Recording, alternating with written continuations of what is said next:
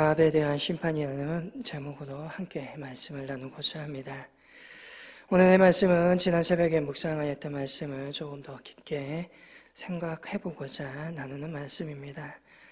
아합이 나봇을 거짓 증언하여 죽이고 그의 포도원을 불법으로 빼앗습니다. 이 때문에 하나님은 아합을 심판하시겠다라고 결정하시며 이에 엘리야를 부르시고 자신의 심판의 메시지를 전하라고 말씀하십니다.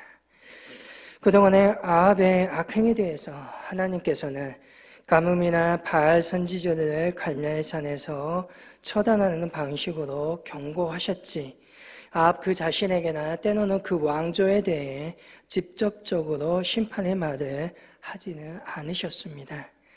그러나 이 나봇의 포도원 사건으로 말미암아 하나님의 인내심과 자비는 드디어 바닥이 나게 됩니다. 그동안에 쌓였던 악이 더하여 나봇에게 범한 겉보기에는 작아 보이는 이 악이 임계점을 넘은 악이 되어서 그 무게를 이기지 못하고 둑을 무너뜨리게 만들어버립니다. 사실 아합의 왕조, 하나님 보시기에 수없이 많은 악을 행하였습니다. 그런데 하나님께서는 그 어떠한 것보다 나봇의 이 한 사람의 사건을 통하여 나타난 그 악을 매우 크게 보고 계십니다. 하나님은 엘리야를 통하여서 19절에 개들이 나봇의 피를 핥은 그곳에서 개들이 내 몸에서 흘린 그 피도 핥게 될 것이다라고 심판의 메시지를 전하라고 하십니다. 이 말씀대로 아합은 아람과의 전쟁에서 패하여 죽게 됩니다. 그리고 아합은 자신의 병거에서 하랴맞아 죽었는데 그의 피가 그 병거에 흐르게 됩니다. 그리고 그 병거를 사마리아 성에서 씻었는데 열왕기상 22장 38절을 보게 되면 사마리아에서 못에서 그 병거를 씻을 때 개들이 그의 피를 핥았다라고 말합니다. 하나님의 말씀대로 되었고 또 거기는 창기들이 모욕했던 곳이라고 기록됩니다. 아합은 하나님의 심판대로 죽었을 뿐만 아니라 또한 죽어서도 모욕을 당하는 안타까운 사건의 중심인물이 되어버립니다. 아합에 대해서 하나님은 엘리야를 통해서 내가 재앙을 내게 내려 너를 쓸어버리래. 내게 속한 남자는 이스라엘 가운데 매인자나 노인자나 다 모두 다 멸할 것이다 라고 말합니다. 또 아합에게 속한 자로서 성읍에서 죽은 자는 개들이 먹고 들에서 죽은 자는 공중의 새들이 먹게 될 것이다 라고 말씀하십니다. 이 말씀대로 아합의 아들 요람 때에 에후의 혁명에 의해서 아합의 왕조는 모두 다 끝나게 됩니다. 요람 왕은 살해 당하였고 그의 시체는 이스라엘 사람 나봇의 밭에 던져집니다. 아합의 아들 왕자 70명은 한꺼번에 모두 머리가 잘려 성 밖에 버려지고 개나 새들이 먹게 됩니다. 아합의 아내였던 이세벨 역시 하나님께서 그 악을 아셨기에 개들이 이스라엘 성읍 곁에서 이세벨을 먹을지라 하고 심판의 말을 내립니다. 이세벨은 아합이 죽은 후에 그의 아들 요람이 죽을 때까지 같이 살았습니다. 그의 마지막은 어떻습니까? 높은 왕궁에서 예후를 바라보다가 시녀들이 그녀를 왕궁 바깥으로 밀어 떨쳐서 죽게 만듭니다. 그 왕궁은 바로 나봇의 포도원을 빼앗으려 하였던 이스라엘 왕궁이었고 또한 그녀의 몸은 들에 지나가던 개들이 모두 다 먹어버립니다. 오늘의 말씀 속에 오늘 왜 하나님께서 이들을 심판하셨는지에 대해 보게 됩니다. 하나님께서는 거대한 악 때문에 오늘 이들을 심판한 것이 아니라 평범한 한 사람의 불의한 죽음을 통하여서 분노하고 계심을 보게 됩니다. 이는 다시 말하면 작은 한 사람, 한 명의 생명이라도 하나님께서는 결코 내버려 두시지 아니함을 깨닫게 됩니다. 나봇은 참으로 억울하게 죽임을 당하였습니다. 그리고 오늘 이러한 일들은 우리의 주변에서도 일어나고 있는 일들입니다. 경제적으로 억울하게 손해를 보고 어려움을 겪는데 속인 자가 피해를 보는 것이 아니라 피해자가 더 가지지 못하여 자신의 목숨을 끊는 안타까운 나날입니다. 힘있는 자가 나약한 자를 물리적으로 공격합니다. 그러나 법이 그것을 지켜주지 못하여 두려움에 떨게 합니다. 책임없는 정치 지도자들로 말미암아 우리는 가슴 아팠던 세월호의 참사를 경험해야 했고, 바로 작년 이맘때에 이태원에서 수없이 많은 젊은이들이 죽어야 되는 가슴 아픈 희생을 경험해야 했습니다. 우리는 이러한 아픔들 앞에서 왜라고 질문을 아니할 수가 없습니다. 그러나 그렇게 질문하면서도 또한 하나님께서 이 질문에 대해서 속 시원하게 대답해 주지 않는 것을 또한 경험하게 됩니다. 성경에서는 이렇게 억울한 역사가 계속해서 일어나고 있음을 보여주고 있습니다. 이러한 일들이 계속 일어나는 것은 참으로 안타깝습니다. 그러나 성경은 그러한 슬픔의 모습을 보여주면서 동시에 하나님께서 나봇의 억울함을 보고 계셨음을 선포합니다. 이것이 바로 어려운 가운데서도 우리가 희망을 갖는 이유입니다. 나의 모든 것을 보고 계시고 감찰하신다는 것입니다. 하나님께서는 반드시 정의와 공의로 판단하신다는 것입니다.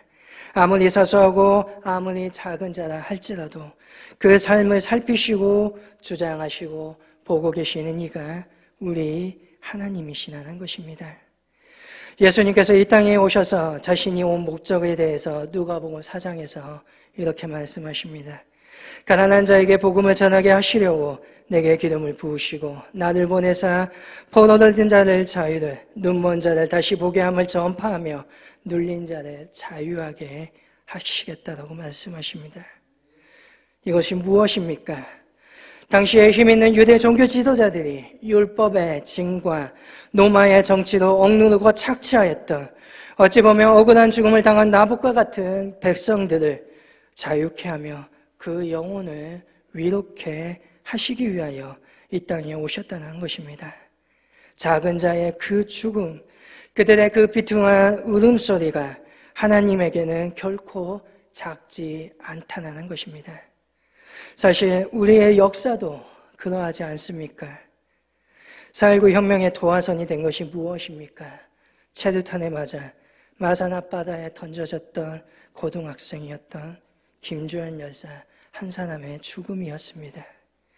1987년 6월의 한 장의 도화선이 무엇입니까? 고금으로 죽음을 당한 단 한 사람의 평범한 대학생 박종철 열사의 죽음으로 말미암아 시작되지 않았습니까? 하나님께서는 결코 작은 자들의 세민한 신음, 그 고통 그냥 보고 계시지 아니한다는 것입니다. 말할 것 없고 고통으로 한맺힌 약한 이들의 외침, 하나님께서는 반드시 듣고 계십니다. 그리고 우리나라의 역사의 집안도 그렇게 뒤흔들려 바뀌어져 왔지 않았습니까? 불의한 역사에 대한 하나님의 심판입니다. 우리는 역사의 심판이라 하지만 믿는 자로서 이것을 하나님의 심판이라 믿습니다. 세상은 이것을 정의의 승리나 세상의 약한 자들의 반란이라 말하겠지만 그것은 하나님의 심판이요 하나님께서 공의를 일으키신 것입니다. 그런데 사실 이러한 일들이 흔하게 일어나는 것은 결코 아닙니다. 여전히 강자는, 여전히 불의한 사람들은 계속해서 권력을 잡고 있고 억울하게 신원하며 억울함을 외치고 있는 사람들이 오늘도 많이 있습니다. 지금도 일어나고 있습니다. 또한 세계 곳곳에서 일어납니다. 수없이 많은 전쟁과 독재의 폭력 앞에서 얼마나 불의하게 수없이 많은 헛된 생명들이 죽어가고 있습니까? 잔악하게 악을 행하고 있는데 천수를 누리면서 살아가고 있는 독재자들은 도대체 왜 이렇게 많이 있습니까? 그러나 분명한 것은 그들이 반드시 하나님 앞에 심판을 받게 된다는 것입니다. 거짓과 탐욕은 하나님께서 분명히 단죄하십니다. 결국 이것은 종말론적인 신앙입니다. 하나님께서 그때가 되었을 때에 반드시 이루어 주시겠다는 것입니다. 지금 보기에 힘이 들고 어렵지만, 늦어지는 것처럼 보이지만 하나님께서는 결코 그 악을 두게 하지 않겠다는 것입니다. 신앙인은 그렇기 때문에 어떠한 순간에도 악이 이긴다, 악이 승리한다 인정하지 아니해야 합니다. 왜냐하면 악에는 바람에 나는 겨와 같고 심판을 견디지 못하기 때문입니다. 그리고 의인은 하나님께서 인정하시고 시냇가에 심은 나무처럼 번성케 하십니다. 오늘 이것이 바로 종말의 신앙입니다. 믿음으로 정의의 승리에 대한 그 믿음을 붙들면서 이 어두운 시대에 하나님께서 이루어 주시리라, 그것을 믿고 붙드는 것이 우리의 믿음이고 우리의 종말론적인 신앙이라는 것입니다. 한편으로 하나님께서 심판을 말하지만 사실 이 심판이 결코 단순하지는 않습니다. 아합은 22년 동안 왕위에 있었습니다. 악인이면 바로 심판하시면 좋겠는데 하나님은 그렇지 않습니다. 왜 그렇을까요? 한 사람의 존재가 그가 행하는 악으로 모든 것을 다 규정할 수 없기 때문입니다. 아합을 한번 살펴보시기를 바랍니다. 아합에게는 나름의 변명의 여지가 있습니다. 25절을 보면 예로부터 아합과 같이 그 자신을 팔아 여호와 앞에서 악을 행한 자가 없음은 그들 그의 아내 이세벨이 충동하였음이니라라고 말합니다. 여기에서 그 자신을 팔았다는 말이 눈에 들어옵니다. 아합은 자신을 팔았습니다. 그 영혼을 우상을 숭배하는 여인에게 팔았습니다.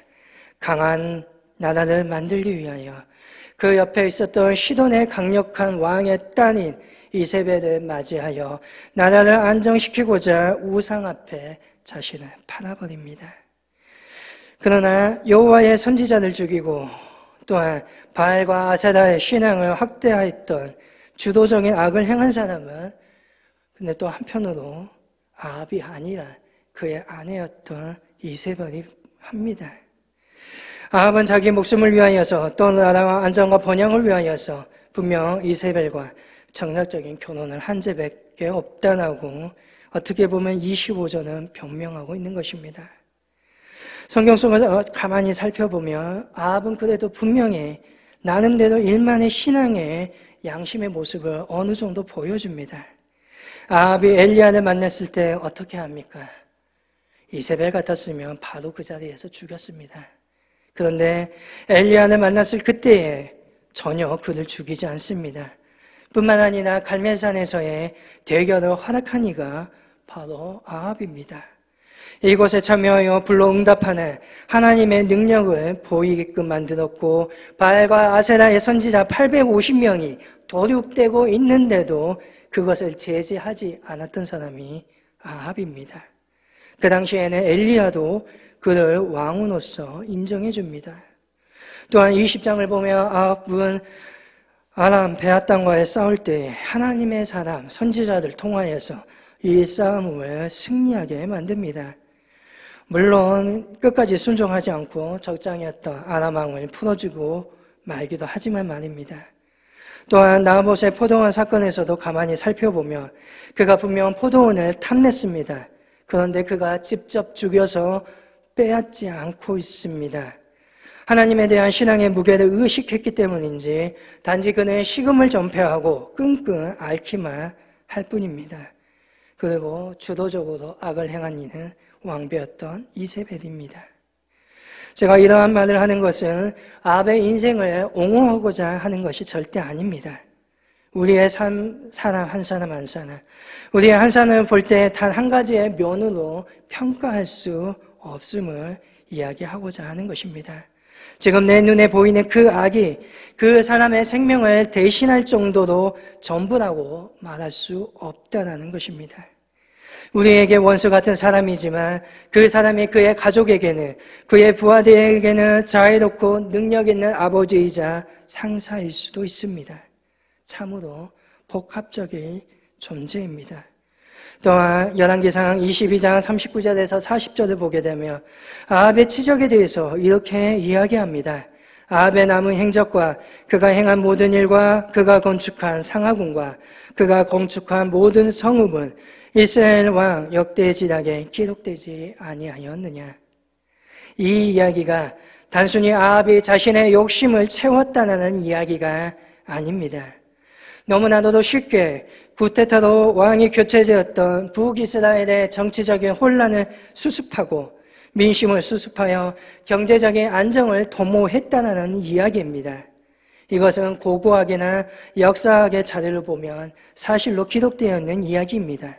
물론 열왕기사의 기자는 아합의 치적을 기록하면서 신앙의 눈으로 평가하기 때문에 그를 악한 왕으로 이야기하기도 하는 것입니다. 그러나 그 악이 크더라도 그 악 때문에 결코 그의 생명을 즉각적으로 빼앗는다. 그것은 성립되지 않습니다. 제가 새벽에도 말씀드렸지만 우리가 만약 오늘 아합을 정죄하는 그 눈으로 오늘 내 자신을 정죄한다면 저와 여러분은 하나님 앞에서 10번이고 100번이고 심판받아 죽어도 모자랄 사람들입니다. 그렇기 때문에 하나님께서는 기다리고 또 기다리고 계시는 것입니다.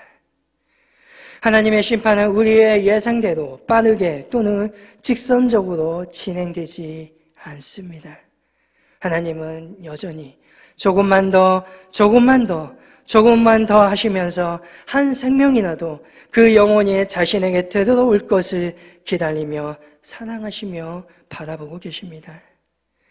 하나님의 정의 분명 지금 이 순간 바로 시행되지 않는다 할지라도 하나님께서는 영혼을 사랑하시기에 그 한 사람마저도 그 악인마저도 돌아오는 것을 기다리시기에 오늘 저와 여러분은 그 하나님의 사랑을 바라보면서 또한 정의를 이루시리라 그 믿음을 가지면서 오늘 주님이 가르쳐 주신 그 길을 걸어가야 하는 것입니다.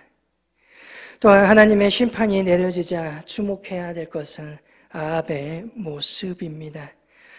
27절에 아합은 하나님의 심판의 말을 듣자 그의 옷을 찢고 굵은 배로 몸을 동이고 금식을 하고 굵은 배에 누우며 또 풀이 죽어 다녔다라고 말합니다. 옷을 찢거나 장례를 치를 때처럼 굵은 배를 입거나 금식하고 여기에 더하여 머리에 재를 뿌렸다. 그것은 결국 하나님 앞에 자신이 죄인이요 연약한 인감을 나타내는 겸비의 태도를 아합이 보였다는 것입니다. 하나님께서는 아합의 이러한 겸비한 모습을 보시고 또 한편으로 심판을 또 미루십니다.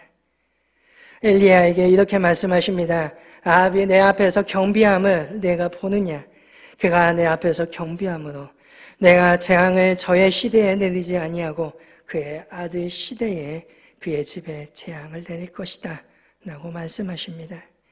아합이 한순간에 경비하고 주님 앞에 무릎을 꿇는 그 모습에 하나님께서는 그 재앙을 자신의 때가 아니라 그 아들 요람의 때에 주시겠다라고 연기하십니다. 악인이건 의인이건 하나님께서 원하시는 것은 바로 이 겸손한 겸비한 기도입니다. 악인의 겸비한 기도를 들으시는 대표적인 예가 므낫세 왕입니다. 므낫세는 아수르의 우상정책을 남유다에 전면적으로 확대시켜서 다윗 왕조 속에서 가장 악한 왕으로 손꼽는 왕입니다.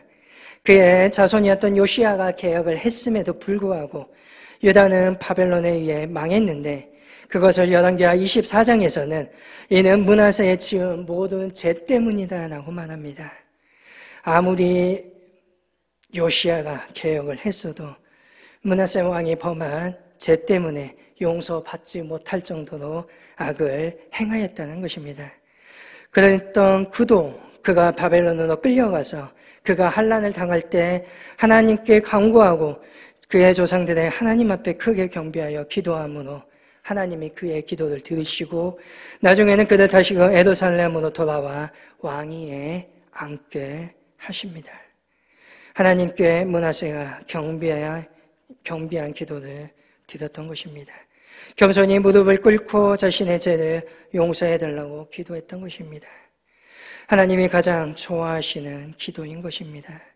권력자일수록 자신의 비천함과 연약함을 고백하며 낮출 때에 하나님께서는 그 기도를 크게 받으십니다. 역대기서에 가장 유명한 기도가 있습니다.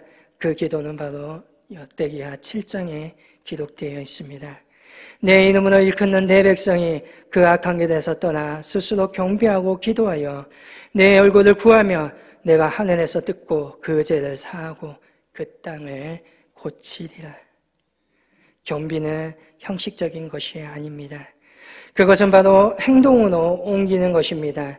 그 자리에서 물러나 악에서 돌이키는 것입니다. 하나님께서는 아합이 경비함으로 그 재앙을 뒤로 물리십니다. 그런데 안타까운 것은 아합의 경비가 또 그만 한순간에 끝나버렸다는 것입니다.